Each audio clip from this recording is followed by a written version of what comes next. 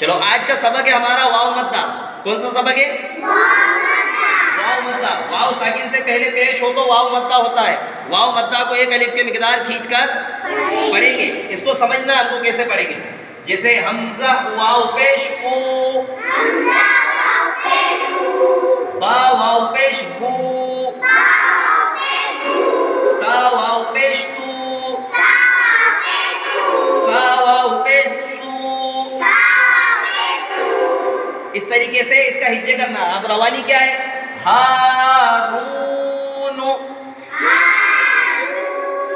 سمجھ میں آیا؟ الف مدہ ہم نے پچھلے سبق میں سمجھا. ہا واو مدہ بھی سمجھ رہے. رو نو پہلے سمجھا ہم نے پیش کے سبق میں. ہارون یہ روانی ہو گئی. کیا ہو گئے؟ روانی. ایسے ہی قارون، داخرون، تکون. اصل مقصد ہے روانی سے پڑھنا سیکھنا ہے نا.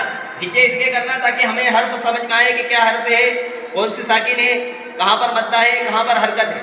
ٹھیک ہے.